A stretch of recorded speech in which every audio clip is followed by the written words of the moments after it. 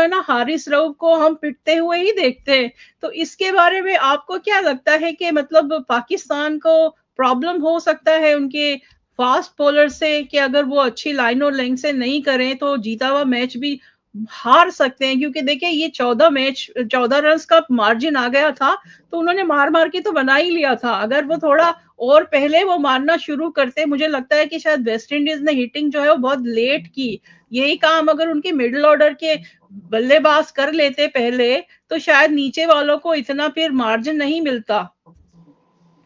First of all जबरदस्त सितारा, आपका ना ऑब्जर्वेशन एकदम सॉलिड है, फैंटास्टिक। मैं आपको बोलता हूँ हारिस रऊफ का एक प्रॉब्लम क्या मालूम है, वो एक ही पेस से बॉलिंग डालते रहता है।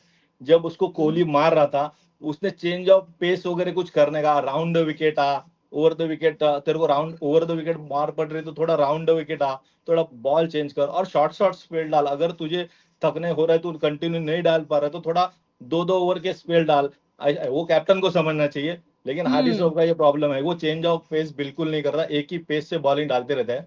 लेकिन ऑस्ट्रेलिया में चलो बाउंसी विकेट है, इसलिए उसको चल जाता है। लेकिन जहां अच्छी बैटिंग विकेट होगी वहां हारिस श्रॉफ मार खाएगा, ये तो श्योर है। को समझना चाहिए ना, प्लेयर्स हम्म। को पहले वो डिसाइड करना चाहिए कि कौन सा प्लेयर कौन से पोजीशन पे खेलेगा।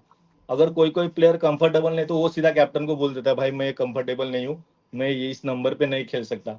लेकिन मुझे नहीं लगता कि अभी सब इतने नए ही है तो इतना कोई डायरेक्ट जाके कैप्टन को बोलेगा। चलो सीनियर प्लेयर रहता तो बोल सकता है डायरेक्ट कि मैं इस प्लेयर पे कंफर्टेबल नहीं खेल सकता इस पोजीशन पे। तो वैसा भी नहीं है, तो पहले कैप्टन को समझना चाहिए कि कौन से प्लेयर को कहाँ खिलाए। अगर वो नहीं समझ रहा तो एटलीस्ट कोच ने और बाकी सीनियर प्लेयर्स ने उसको बोलना चाहिए कि भाई ये प्लेयर इस जगह पे सही नहीं लग रहा है, नहीं खेल सकता, तो तू देख ले पहले बैटिंग ऑर्डर कैसी रखनी चाहिए। ये टोटली कैप्टन का कॉल है। ये सलमान आगा को समझना चाहिए, लेकिन वो भी नया ही कैप्टन है तो इसका ये थोड़ा सीखेगा आहिस्ता आहिस्ता, मुझे लग रहा है ऐसा। हम्म। लेकिन उसका जो जो ऊपर टॉप ऑर्डर पे वो साहिबजादा फरहान और ये फकर जमान और सैम अयूब, अभी ये दोनों वो अल्टरनेट खिला रहे हैं। बांग्लादेश में लास्ट मैच में साहिबजादा फरहान खेला, यानी पीएसएल में तो सुपर फॉर्म में था वो, और वो अच्छा हम्म। खेलता भी है। तो उसको खिलाया, वो अच्छा खेला, 63 रन की अच्छी इनिंग खेली, वो अच्छा बैट्समैन भी है। और बाद में फकर जमान 3 नंबर पे है। फकर जमान का एक एडवांटेज क्या है, वो 1 2 3 4 कहाँ भी खेल सकता है, फ्लेक्सिबल है। लेकिन वो ओपनिंग में अच्छा लगता है क्योंकि लेफ्टी है, तो एकदम सही होता है। लेकिन ठीक है, चलो फायर फरहान अच्छा खेल रहा है, यंगस्टर है, अच्छा फॉर्म में भी है, तो वो स्ट्रेटेजी अच्छी थी और वो सही है डिसीजन, ऐसा कुछ बुरा नहीं है साहिबजादा फरहान और साइम के साथ जाना और वन डाउन फकर जमान को खेलना, ये स्ट्रेटेजी अच्छी लग रही है। नहीं होता, स्ट्रेटेजी होती है। देखो अभिषेक शर्मा और संजू सैमसन दोनों ओपनिंग करते हैं इंडिया के लिए। हम्म। अभिषेक शर्मा जिस स्पीड से खेलता है उस स्पीड से सैमसंग भी खेल सकता है, उससे उल्टा उससे पास भी खेल सकता है।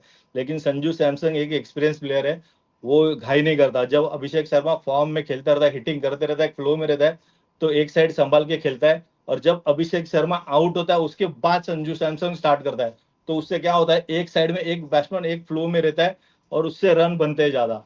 तो ये स्ट्रैटेजी तो ठीक है। फकर जमान अगर सैम अयूब अच्छा फॉर्म में हिटिंग कर रहा है तो उसे करने देना चाहिए और सब फकर जमान ने संभाल के करना चाहिए। लेकिन जैसे ही सैम आउट होता है वो डायरेक्ट स्ट्राइक रेट पे खुद के पास स्ट्राइक रेट के फकर जमान ने ऑल आउट जाना चाहिए। ये स्ट्रैटेजी बना के खेलेंगे ना तो पाकिस्तान बहुत सारे रन बना सकते हैं ओपनिंग में, स्टार्ट ओपनिंग में ऊपर। हम्म। ये सही स्ट्रैटेजी है, लेकिन ऐसे स्ट्रैटेजी से जाना चाहिए।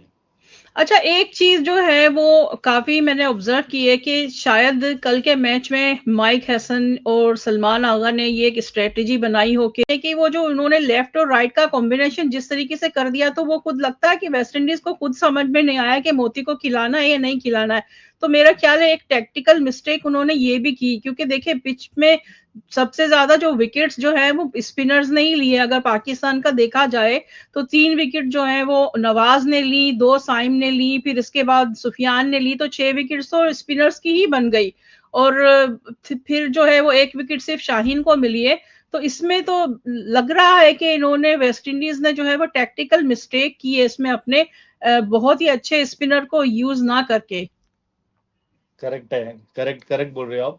मोदी को हम्म। खिलाना चाहिए था, वो उसको देना चाहिए था, वो गलती की, सही बोल रहे हो। जैसे वो सुफियान मुकीम को ना खिला के गलती की ना, वैसे ही सेम वेस्ट इंडीज ने भी गलती की। और ना ये राइट लेफ्ट कॉम्बिनेशन है ना, वो सही अच्छी अच्छी स्ट्रेटेजी है। गंभीर भी उसका है, गंभीर का देखेंगे ना तो गंभीर भी यही करता है इंडियन टीम में। करुण नायर 3 नंबर पे से हटा के नीचे लेके आया और साई सुदर्शन को लेफ्टी है इसलिए ऊपर डाला है उसने। तो वो राइट लेफ्ट कॉम्बिनेशन होता है तो डिस्टर्ब होता है। जायसवाल लेफ्टी है, केएल राहुल राइटी है। लेफ्ट जैसे जायसवाल आउट है तो साई सुदर्शन लेफ्टी है, तो एक लेफ्ट राइट कॉम्बिनेशन भी इंडियन टीम में भी दिखेगा आपको। तो ये हम्म स्ट्रेटेजी से बॉलर्स को ना इतना इजी नहीं होता, राइट लेफ्ट को चेंज करनी पड़ती है ना लाइन। तो ये स्ट्रेटेजी तो अच्छी है लेफ्ट राइट की, वो सही स्ट्रेटेजी लग रही है मुझे। उसके अलावा फील्ड जो होती है, फिर फील्ड भी बार बार चेंज होती है, तो चेंज वो करनी भी थोड़ा पड़ती डिस्टर्ब होता है। तो ट्रेनिंग के दौरान उसके साथ सलमान अली यावर के साथ लेकिन है कि बाद में फिर पीसीबी ने उसको डिनाई किया है कि ऐसा कुछ भी नहीं हुआ है और ये सारी झूठी खबरें हैं। तो आपके ख्याल में आपको क्या लगता है, झूठी खबरें थी कि ये वाकई ऐसा कुछ हुआ है मामला? है। खबर आई है तो कुछ भी इतना बहुत सारी फेक्स होती है, नहीं न्यूज ऐसे नहीं, लेकिन हम्म ये न्यूज अगर आई है तो कुछ ना कुछ तो हुआ रहेगा। एकदम ही ऐसे कोई मन धड़क कहानी करके कोई न्यूज ऐसे आ नहीं जाती। कुछ तो रहेगा, हम्म ऐसे इन्वेस्टिगेशन करके ये पाकिस्तान जो क्रिकेट में है, या कोई बाहर का इन्वेस्टिगेशन जर्नलिस्ट है, वो पूछ स्पोर्ट्स जर्नलिस्ट है, वही बता सकता है कि एग्जैक्टली हुआ था कि नहीं हुआ था, कि ऐसी ही बात किसी ने उड़ा दी। यानी कोई बोलता है ना, कुछ ऐसे ही अफवाह करने के लिए, कोई बदनाम करने के लिए करते हैं, तो वो चीज भी हम्म अगर है तो वो गलत है, वो तो फिर बहुत गलत, बहुत ही गलत है। लेकिन सचमुच हम्म कुछ हुआ है, क्योंकि कभी कभी हो सकता है ऐसा, कभी कभी क्या होता है बैट्समैन का नेट्स लगा रहता है, बॉलर आके पैड बांध के थोड़ी बैटिंग करने की कोशिश करता है, तो कोई कोई कैप्टन को अच्छा नहीं लगता कि अरे तेरा काम क्या है, तेरा बॉलिंग डालने का काम कर, तू बैटिंग क्यों कर रहा है, ऐसा कोई कोई कैप्टन सोचता है, कोई कोई तंज करके बोलता है तो तुझे बैटिंग करने की क्या जरूरत है, ऐसा वो यानी जो कैप्टन है उसका कॉल रहता है। वो बोल सकता है कि तू बॉलिंग डाल, मैं तुझे ये रोल में नहीं देख रहा हूँ, बैटिंग तो तेरी कुछ मुझे जरूरत नहीं है, तू बॉलिंग डाल, ज्यादा बैटिंग की ये मत कर। लेकिन वो डिपेंड्स ऑन कैप्टन है, लेकिन ऐसा हुआ रहेगा तो, अगर झूठ, लेकिन न्यूज आई है इसलिए मैंने कहा कि ये न्यूज आई है, तो हम्म क्या है सच है झूठ है, अभी वो इन्वेस्टिगेशन जर्नलिस्ट और पाकिस्तान का जर्नलिस्ट बता सकते हैं कि ये सच है कि झूठ है। तो आप ही बता सकते हो, सितारा या आपके कोई पहचान में जो पाकिस्तान क्रिकेट प्रॉपर अंदर जाके कवर करता होगा, वही सच बात झूठ बता सकता है। लेकिन पीसीबी ने अगर बोला है कि ऐसा कुछ नहीं है, तो डेफिनेटली हम मान लेते कि नहीं होगा ऐसा। हाँ, अब देखिए ये तो इन्वेस्टिगेशन है, ऐसा कुछ हमने कोई हम्म, वेरीफाइड सोर्स से सुना नहीं है हम्म, कि ऐसा कुछ हुआ है। अगर होता तो डेफिनेटली ये बात बाहर निकलती। और फिर हम्म, ये कि लोग जो हैं वो राई का पहाड़ भी बना देते हैं, मना तो कुछ होता भी नहीं है और वो कहाँ से कहाँ पहुंचा देते हैं चीजों को। अच्छा, ये शमर जोसफ की बॉलिंग कैसी आपको लगी? पाकिस्तान को जबरदस्त उसने जबरदस्त। काफी ट्रबल किया और उसने नीचे से फिर 12 बॉल्स पे 21 रन भी बनाए और वो आउट भी नहीं हुए थे। अरे वो क्लास प्लेयर है, ऑस्ट्रेलिया हम्म को उसने नचाया था। पूरे सीरीज में समर जोसेफ की बॉलर ही अच्छा है वो, पूरे ऑस्ट्रेलिया में भी अच्छी बॉलिंग डाली थी उसने। वो एक अच्छा बॉलर ही है। वेस्ट इंडीज की बॉलिंग का कोई इशू नहीं है। वेस्ट इंडीज ऑस्ट्रेलिया की सीरीज भी आराम से जीती थी, उनकी बैटिंग प्रॉब्लम है। बैटिंग की वजह से ही वेस्ट इंडीज मैचेस हार रही है।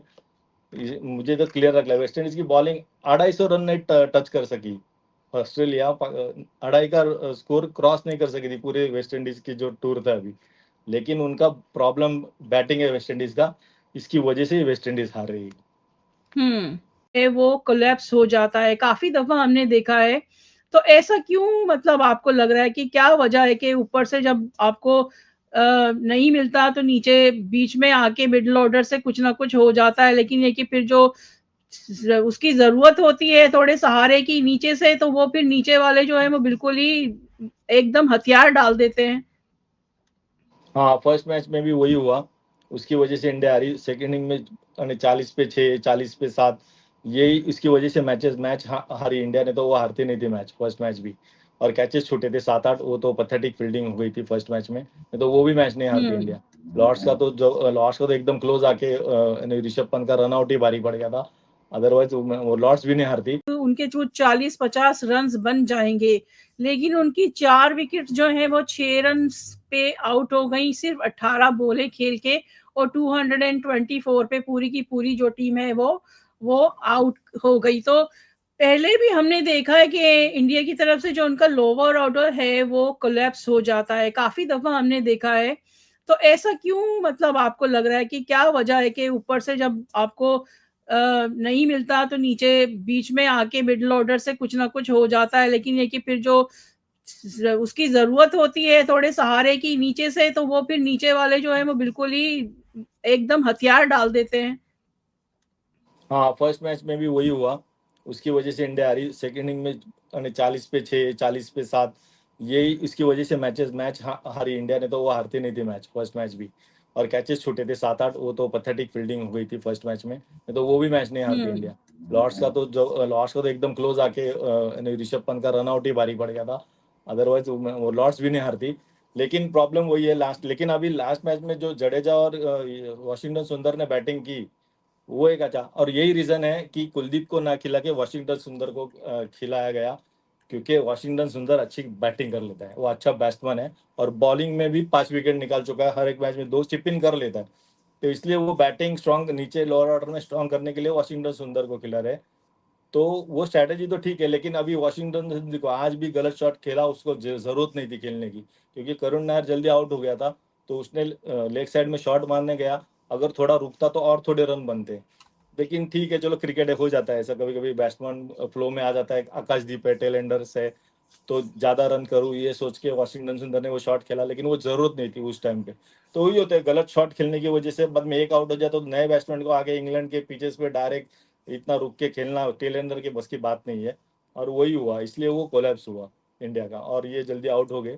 लेकिन इंग्लैंड का भी देखो ना, इंग्लैंड इतना बेसबॉल फास्ट खेल रहे थे, वो तो हमें तो लगा क्या हम्म। वनडे विनडे लग रहा था, ऐसा वनडे शूट बिल्कुल। दोनों ने, क्रॉली और डकेट ने तो वनडे स्टार्ट कर दिया था, 6 ओवर में 60 कर दिए थे। बाद में विकेट मिली, उसके बाद जो बॉलिंग डाली है कृष्णा और सिराज ने, कमाल ही कर दिया, मजा आ गया देख के, बॉलिंग सुपर बॉलिंग डाली थी दोनों ने, जान मारी थी। बिल्कुल। हमारे डीएसपी साहब तो सैल्यूट है डीएसपी साहब को, कि सिराज साहब, बिल्कुल, ये अरे यही क्या चीज। बॉलिंग डाली। हाँ बिल्कुल, यही मैं कह रही हूँ कि देखिए उन्होंने 92 का स्टैंड लगाया, बेन डकेट और जैक क्रॉली ने, और दोनों का स्ट्राइक रेट आप देखोगे तो वो जबरदस्त। 113 120 के स्ट्राइक रेट से उन्होंने खेला, तो वो आज उन्होंने बेसबॉल का जलवा दिखाया, क्योंकि आपको पता है कि वहां एजबेस्टन में जब उन्होंने खेला, जब उनको ड्रॉ करने की जरूरत थी वो नहीं कर पाए, फिर लॉर्ड्स की सिचुएशन ऐसी थी कि वहां बेसबॉल का खेलने का बनता ही नहीं था। लेकिन ये कि यहाँ पर चूंकि ओवरकास्ट कंडीशन है, बारिशों की वजह से डिसरप्शन भी है, तो ऑलरेडी 2 दिन तो इतनी क्विक जा चुके हैं कि दोनों अपनी एक एक बारियां भी ले चुके हैं, और अब दूसरी बारी जो है वो इंडिया की आ गई है। तो अब इंडिया को जो है वो बनाना पड़ेगा लंच से पहले तक। तो इंग्लैंड की टीम जो थी वो बस सोचे कि जैसे हवाओं में उड़ रही थी, और लग रहा था कि कुछ बहुत ही बड़ा स्कोर कर देंगे, लेकिन इसके बाद जो इंडिया ने अपनी प्लानिंग चेंज की है बॉलिंग की, जो लंच के बाद आए हैं, तो लंच में फिर उनको थोड़ा बहुत मौका मिला होगा, सारे लोग बैठ के सर जोड़ के बैठे होंगे गंभीर के साथ के क्या प्लान करना चाहिए, कैसी बॉलिंग करनी चाहिए इंग्लैंड को। तो वो उनकी प्लानिंग बहुत अच्छी रही, और इसके बाद से फिर देखा कि कृष्णा ने और सिराज ने जो है 4-4 विकेट्स भी ली, तो वो बिल्कुल ही उनका प्लान चौपट कर दिया इंग्लैंड का, कि जो बड़ी लीड सोच रहे थे कि ले लेंगे, लेकिन ये कि वो फिर पूरी की पूरी टीम जो है वो 247 के स्कोर पे आउट हो गई, और सिर्फ 23 रन की ही लीड ले सके। तो ये इनका जो है वो सिचुएशन है। तो ये कि सिराज और कृष्णा ने जो है वो पहले मैच में, अगर मुझे याद पड़ता है, कि उतनी अच्छी बॉलिंग नहीं करवाई थी कृष्णा ने, तो उनको काफी फिर वो मार पड़ी थी, तो उसके बाद उन्होंने उन्हें ड्रॉप किया था। लेकिन चूंकि यहाँ पे इंजरी का बहुत प्रॉब्लम हुआ है दोनों ही तरफ से, इंडिया की तरफ से भी और इंग्लैंड की तरफ से भी, तो इसकी वजह से उनको डालना पड़ा। लेकिन ये कि उन्होंने इस दफा अच्छी कारकर्दगी का मुजाहरा किया है, और हमेशा ऐसा ही होता है कि जब बुमराह नहीं होते हैं तो समहाउ जो सिराज हैं वो हमेशा एक वो होते हैं ना, फादर बन जाते हैं पूरी टीम का, एक फादर फिगर बन जाते हैं वो, मतलब रिस्पॉन्सिबिलिटी लेते हैं, कहते हैं कि अब मैं लेके दिखाऊंगा विकेट, तो वो हमेशा वो कहते हैं शाइन करते हैं। और जब बुमराह होते हैं तो फिर वो भी थोड़ा बुझे बुझे से होते हैं, तो पिछले मैच में भी जो है वो उनकी परफॉर्मेंस इतनी अच्छी नहीं नजर आई। तो ऐसा क्या मतलब जादू उनके अंदर आ जाता है कि बुमराह बाहर बैठते हैं तो सिराज का जो है परफॉर्मेंस लेवल ऊपर चला जाता है। ये बात एकदम सही कही आपने, एकदम सही कही, क्योंकि जैसे ही बुमराह, अभी विदाउट बुमराह भी जीते थे, सिराज अच्छा परफॉर्म करने लगता है, अंदर का डीएसपी साहब जाग लग जाता है, पूरा नाकाबंदी करके जो स्टार्ट करते हैं बॉलिंग, जबरदस्त बॉलिंग डालता है। ये कुछ समझ में नहीं आ रहा सच में, इसकी हमको भी समझ में नहीं आ रहा कि सिराज को हो क्या जाता है। बुमराह रहता है तब तू क्यों नहीं बॉलिंग डालता अच्छी, अगर सोचो अगर बुमराह 5 विकेट एक जब निकालता है, तब सिराज अच्छी बॉलिंग नहीं डालता। उस मैच में अगर सिराज अच्छी बॉलिंग डालने लगे दोनों साइड से, तो सामने वाले टीम को तो उड़ा के रख दे। लेकिन ऐसा हो नहीं रहा है, लेकिन चलो ठीक है, कुछ भी हो, आज बुमराह नहीं था, लेकिन क्या सिराज ने बॉलिंग डाली है, पूरी जान मारी है। लेकिन मुझे अच्छा लग रहा है आकाशदीप का भी, आकाशदीप इंजरी से आया, लेकिन उसने भी फुल एकदम दिल लगा के बॉलिंग की, और जो डकेट को जो चल रहा था जुगलबंदी, उनका एब्सोल्यूट सिनेमा था। डकेट हम्म। उसको स्विच हिट मार रहा है, उसको बोला कि तू आउट करके बता मुझे, और उसने बाद में लेग साइड में आउट करने के बाद जो कंधे पे हाथ डाला है, वो तो एब्सोल्यूट सिनेमा था। उसको बोला मैंने आउट किया है तेरे को करके, वो तो एकदम एपिक है ना। ये पूरी सीरीज में जो चल रहा है ना, सिनेमा से कुछ कम नहीं है ये सीरीज। लेकिन वो जबरदस्त ये था। और उसके बाद में यानी इंग्लैंड का जो विकेट गया उसके जो डकेट का, उसके बाद में चेंज हुआ। और कृष्णा को भी बहुत प्रेशर था, क्योंकि कंबोज को भी बिठा के कृष्णा को खिलाया, क्योंकि गिल की बात सही है, पेस चाहिए, कृष्णा के पास पेस तो है अच्छा खासा। तो लेकिन जो कृष्णा ने बॉलिंग डाली है, सुपर बॉलिंग डाली है। लेकिन ये पिच में ना बॉल ने यानी अच्छा खासा अंदर बाहर हो रहा है, तो बैटिंग करना इतना आसान काम नहीं है। यानी पहले के जो 4 विकेट और ये विकेट ओवल का बहुत फर्क है। बॉलिंग यानी 400-500 तो भूल ही जाओ, 300 किया तो भी, यानी सेकेंड इनिंग में 300 कर दे इंडिया, तो मैच विनिंग टोटल है, ये तो श्योर है। तो फिर क्योंकि जबरदस्त बॉलिंग हो रही है दोनों साइड से। हम्म। नहीं, जैसे अभी थोड़े बहुत शावर बीच में आ जाते हैं, सारा दिन तो खैर यहाँ पे बारिश नहीं होती, लेकिन थोड़े बहुत शावर होते हैं, तो शावर की वजह से डिसरप्शन तो होती ही है। तो कल का जो वेदर है उसमें तो मुझे यहाँ पे फोरकास्ट जो है वो क्लियर ही लग रहा है, कुछ बारिश ओके। उसमें नहीं दिखाई दे रही है, सनशाइन है, लेकिन थोड़े बहुत बीच में शावर हल्के फुल्के हो जाते हैं, तो उससे फिर मैच तो नहीं पूरा मतलब डिस्टर्ब होता, थोड़ा बहुत उसमें पड़ता है। जैसे आज आपने देखा कि कल हुआ, थोड़ा सा डिले हुआ, और कल तो उन्होंने एक्सटेंड भी किया था 1 घंटा और मैच को। तो ये है कि इंटरेस्टिंग हो गया, डेफिनेटली ये ड्रॉ की तरफ तो नहीं जाएगा, इसमें पूरी पूरी कोशिश होगी इंडिया की कि किसी तरीके से ये मैच जीत के सीरीज को लेवल कर दिया जाए, और इंग्लैंड की कोशिश होगी कि किसी तरह से 3-1 पे चले जाएं और वो इसको सीरीज को लेवल ना होने जाए। तो अच्छा मुकाबला होगा दोनों तरफ से, देखना पड़ेगा अब बाकी के आने वाले बैट्समैन किस तरीके से बैटिंग करते हैं। सबसे अच्छी बात, इस मैच में वो बॉल का इश्यू नहीं हो रहा। जो पहले मैच में 3-4 मैच में जो बॉल रिंग में डाल रहे थे हर एक 4 ओवर के बाद, वो नहीं हो रहा। अभी कुछ तो सॉर्ट आउट किया है इसका, जो हम्म। बॉल ड्यूस बॉल का इश्यू था वो इस मैच में बिल्कुल नहीं हुआ, वो अच्छी बात है। लेकिन सही बोल रहे हो, अब बारिश नहीं गिरनी चाहिए, तो एक जबरदस्त मैच देखने मिलने वाला है। हम्म। ठीक है, तो हमारी तरफ से आज के लिए इतना ही है।